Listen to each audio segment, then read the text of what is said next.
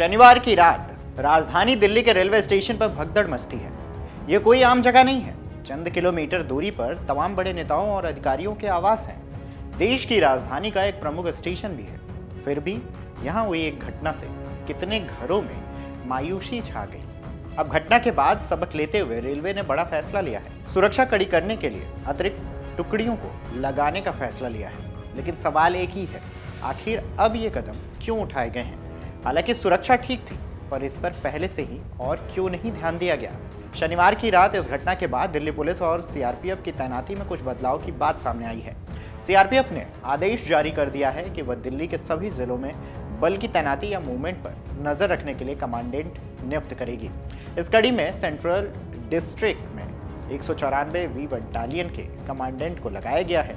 North district में 103वीं battalion के commandant, तो वहीं साउथ डिस्ट्रिक्ट में 122वीं बटालियन के कमांडेंट को लगाया गया है। पूर्वी डिस्ट्रिक्ट की जिम्मेदारी 31वीं बटालियन के कमांडेंट को सौंपी गई है। नॉर्थ ईस्ट डिस्ट्रिक्ट में 139वीं बटालियन के कमांडेंट तैनात रहेंगे। 89 बटालियन के कमांडेंट को साउथ वेस्ट डिस्ट्रिक्ट में लगाया गया है। नई दिल्ली डिस्ट्रिक्ट के लिए 55वीं बटालियन के कमांडेंट की ड्यूटी लगाई गई है। नॉर्थ वेस्ट डिस्ट्रिक्ट में 17वीं बटालियन के कमांडेंट को लगाया गया है। वेस्ट डिस्ट्रिक्ट में 5वीं बटालियन के कमांडेंट को जिम्मेदारी दी गई है। शाहदरा जिले में 243वीं बटालियन के कमांडेंट रहेंगे। साउथ ईस्ट डिस्ट्रिक्ट में 200वीं बटालियन के कमांडेंट तैनात किए गए हैं। रोहिणी जिले में भी इसी तरह के बटालियन कमांडेंट तैनात हैं। सीआरपीएफ, आईएफएफ की तैनाती और मूवमेंट पर जो नजर रखेंगे। बाहरी दिल्ली में 236वीं बटालियन के कमांडेंट को लगाया गया है। बाहरी उत्तरी में 27वीं बटालियन के कमांडेंट को जिम्मेदारी दी गई है। द्वारिका जिले में 88वें एम बटालियन के कमांडेंट को तैनाती मिली है। बता दें कि इससे पहले बल की मूवमेंट या तैनाती सीआरपीएफ की नई दिल्ली रेंज के डीआईजी दफ्तर में होती थी।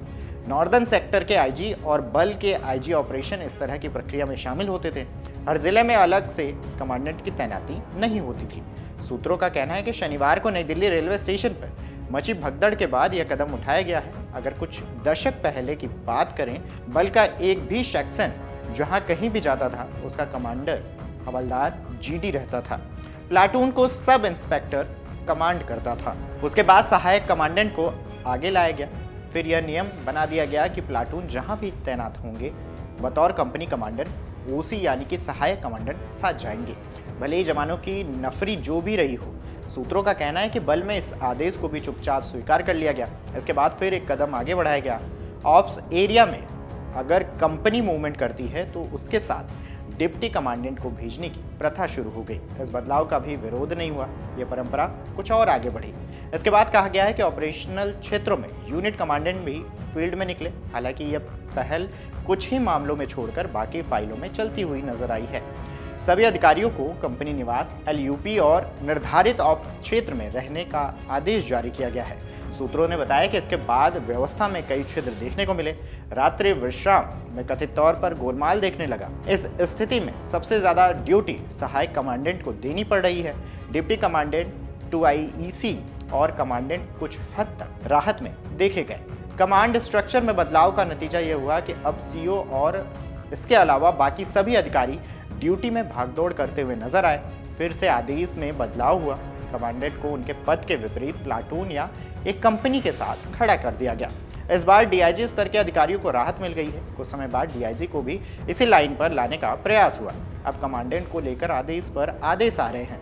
पिछले सप्ताह मणिपुर में सीआरपीएफ कैंप में जब एक जवान ने अपने साथियों पर फायरिंग कर दी थी, घायल हुए प्रत्येक जवान पर एक कमांडेंट को तैनात करने का आदेश जारी किया गया।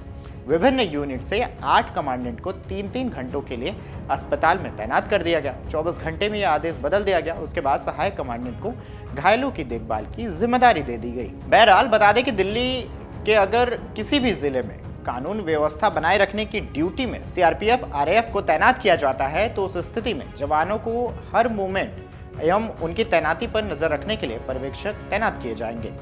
सीआरपीएफ के कमांडेंट स्तर के 15 अधिकारी पर्यवेक्षक की जिम्मेदारी संभालेंगे। ये कमांडेंट 15 जिलों में दिल्ली पुलिस के साथ बेहतर समन्वय स्थापित करेंगे। सीआरपीएफ द्वारा 16 फरवरी को जारी आदेश में कहा गया है कि सभी कमांडेंट बिना कोई देरी किए अपना कार्यभार संभाल लेंगे। अमर उजाला जीवांजलि के सारथी की मदद लें और महाकुंभ में स्नान जरूर करें।